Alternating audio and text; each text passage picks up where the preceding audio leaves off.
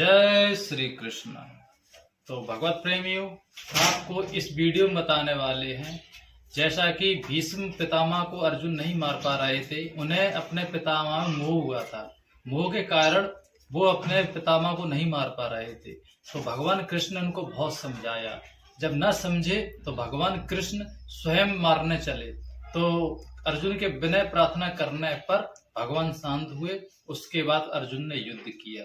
गीता अध्याय 2 के श्लोक 22 में अर्जुन ने पूछा कि हे भगवान, ये आत्मा स्वर्ग जाती है या शरीर? तो अर्जुन के इस प्रश्न पर भगवान बोले कि हे अर्जुन, आत्मा स्वर्ग जाती है, नरक भी जाती है। कर्मों के अनुसार आत्मा को नरक और स्वर्ग प्राप्त होता है, शरीर का तो यही नाश हो जाता है। तो इस प्रकार भगवान के वचनों को सुनकर अर्जुन ने कहा, हे प्रभु, क्या आत्मा का भी नाश होता है? तो भगवान कृष्ण ने कहा, नहीं अर्जुन, ये आत्मा का कभी नाश नहीं होता, क्योंकि आत्मा अजर अविनाशी है। ना तो ये कभी जन्म लेती है, ना ही कभी मरती है। और जो लोग इसे जन्मता हुआ मानते हैं या मरता हुआ मानते हैं या मारता हुआ मानते हैं, तो वो अज्ञानी है। तो जल गीला नहीं कर सकता, वायु सुखा नहीं सकती, अग्नि जला नहीं सकती, क्योंकि आत्मा अमर अविनाशी है और इसका कभी अंत नहीं होता है। क्योंकि इस प्रकार भगवान ने कहा है कि जैसे मनुष्य पुराने वस्त्रों को त्याग कर नए वस्त्रों को ग्रहण करता है, ठीक उसी प्रकार यह आत्मा पुराने शरीर को त्याग कर नए शरीर को ग्रहण करती है। इसलिए अर्जुन से कहा, हे अर्जुन, तू शोक मत कर और युद्ध के लिए खड़ा हो, युद्ध कर। उसके बाद अर्जुन ने भीष्म पितामह का वध किया। तो आपको आगे एपिसोड भी देखने को मिलेगा और आपसे निवेदन है कि वीडियो को पूरा देखें, लाइक करें, शेयर करें। जय श्री कृष्ण। हे त्रिलोकीनाथ, आप आवागमन अर्थात पुनर्जन्म के बारे में कह रहे हैं। इस संबंध में मेरा ज्ञान पूर्ण नहीं है। यदि आप पुनर्जन्म की व्याख्या करें तो कृपा होगी। पार्थ, इस सृष्टि के प्राणियों को मृत्यु के पश्चात अपने अपने कर्मों के अनुसार पहले तो उन्हें परलोक में जाकर कुछ समय बिताना होता है, जहां वो पिछले जन्मों में किए हुए पुण्य कर्मों अथवा पाप कर्मों का फल भोगते हैं। फिर जब उनके पुण्यों और पापों के अनुसार सुख दुख को भोगने का हिसाब खत्म हो जाता है, तब वो इस मृत्यु लोक में फिर से जन्म लेते हैं। इस मृत्यु लोक को कर्म लोक भी कहा जाता है, क्योंकि इसी लोक में प्राणी को वो कर्म करने का अधिकार है जिससे उसकी प्रारब्ध बनती है। हे केशव, हमारी धरती को मृत्युलोक क्यों कहा जाता है? क्योंकि हे अर्जुन, केवल इसी धरती पर ही प्राणी जन्म और मृत्यु की पीड़ा सहते हैं। अर्थात दूसरे लोकों में प्राणी का जन्म अथवा मृत्यु नहीं होती? नहीं अर्जुन, उन लोकों में प्राणी का न जन्म होता है और न मृत्यु, क्योंकि मैंने तुम्हें पहले ही बताया था कि मृत्यु केवल इस शरीर की होती है, आत्मा की नहीं।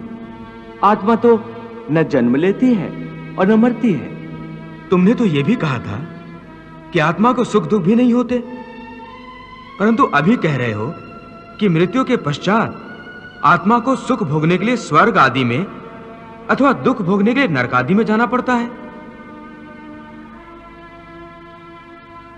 तुम्हारा मतलब यह है कि आत्मा को केवल पृथ्वी लोक पर ही सुख दुख नहीं होते, स्वर्ग अथवा नरक में आत्मा को भी सुख या दुख भोगने पड़ते हैं?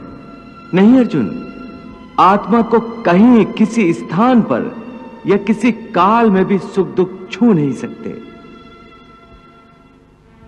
क्योंकि आत्मा तो मुझ अविनाशी परमेश्वर का ही प्रकाश रूप है। हे अर्जुन, मैं माया के अधीन नहीं, बल्कि माया मेरे अधीन है, और सुख दुख तो माया की रचना है। इसलिए जब माया मुझे अपने घेरे में नहीं ले सकती, तो माया के रचे हुए सुख या दुख मुझे कैसे छू सकते हैं? सुख दुख तो केवल शरीर के भोग हैं, आत्मा के नहीं। हे केशव, लगता है कि तुम मुझे शब्दों के माया जाल में भरमा रहे हो। मान लिया कि सुख दुख केवल शरीर के भोग हैं, आत्मा इनसे अलिप्त है। फिर जो शरीर उनको भोगता है उसकी तो मृत्यु हो जाती है, वो शरीर तो आगे नहीं जाता।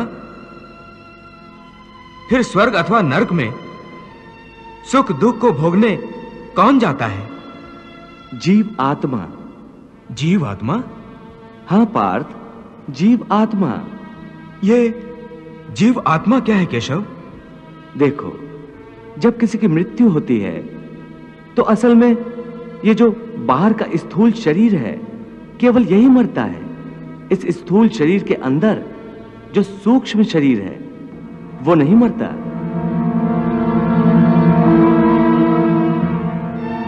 वो सूक्ष्म शरीर आत्मा के प्रकाश को अपने साथ लिए मृत्यु लोक से निकलकर दूसरे लोकों को चला जाता है।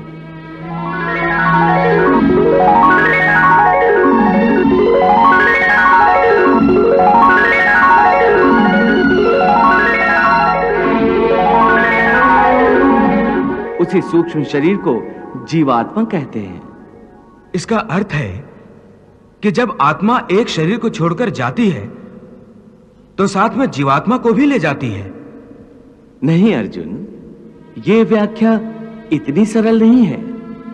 देखो, जैसे समुद्र के अंदर जल की एक बूंद समुद्र से अलग नहीं है, उसी महासागर का एक हिस्सा है। वो बूंद अपने आप सागर से बाहर नहीं जाती।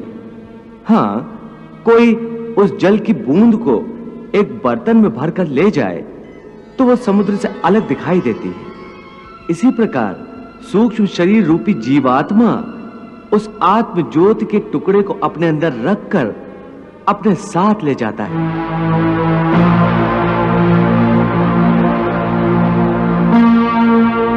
यही जीवात्मा की यात्रा है जो एक शरीर से दूसरे शरीर में, एक योनि से दूसरी योनि में विचरती रहती है। हे महादेव, भगवान श्री कृष्ण परमात्मा, आत्मा और जीवात्मा की व्याख्या करते करते मनुष्य के स्थूल और सूक्ष्म शरीर की बात कर रहे हैं। मेरी ये जानने की इच्छा है कि इस सूक्ष्म शरीर का आकार क्या होता है? देवी, सूक्ष्म शरीर का आकार प्राणी के बाहरी स्थूल शरीर जैसा ही होता है, परंतु वो बहुत छोटा होता है, अति लघु रूप और इतना सूक्ष्म होता है कि साधारण मानवीय चक्षुओं से दिखाई नहीं देता। प्रभु, भले ही छोटा है पर है तो शरीर, फिर क्यों नहीं दिखाई देता? क्योंकि उस शरीर में पृथ्वी और जल जैसे स्थूल तत्व नहीं होते, इसलिए स्थूल चक्षुओं को वो दिखाई नहीं देता। देवी, भगवान की इस महाविशाल सृष्टि में भिन्न-भिन्न लोकों में रहने वाले जीवों के शरीर भिन्न-भिन्न तत्वों से बने होते हैं। भगवान, मानव शरीर 5 तत्वों से बना है, परंतु उसके अंदर सूक्ष्म शरीर एक ही होता है? नहीं देवी, उस स्थूल शरीर के अंदर भिन्न-भिन्न स्तर पर 5 शरीर होते हैं। पहला, अन्नमय कोश, जो बाहर का स्थूल शरीर है, जिसे देखा जा सकता है। दूसरा, प्राणमय कोश, यहां से सूक्ष्म शरीर आरंभ होता है, जिसे देखा नहीं जा सकता। यह प्राण शक्ति का केंद्र होता है। तीसरा, मनोमय कोश, यह शरीर प्राणमय कोश से भी अधिक सूक्ष्म होता है। यह मन के विचारों से बना होता है। यह सूक्ष्म होता है, अर्थात साधारण नेत्रों की दृष्टि द्वारा इसे देखा नहीं जा सकता, परंतु जो ज्ञानी सिद्धियां प्राप्त करते हैं वो इसे देख सकते हैं। मनोमय कोश के बाद जो चौथा शरीर है उसे विज्ञानमय कोश कहते हैं। इसमें प्राणी का सारा ज्ञान समाहित होता है। पांचवां, आनंदमयी कोश है। यह शरीर अति सूक्ष्म है, इसी में आत्मा का निवास है। परंतु इन शरीरों में से कौन सा कोश अथवा कौन सा शरीर जीव आत्मा के साथ जाता है? देवी, मृत्यु के पश्चात जीवात्मा मनोमय कोश को धारण करके आगे जाता है।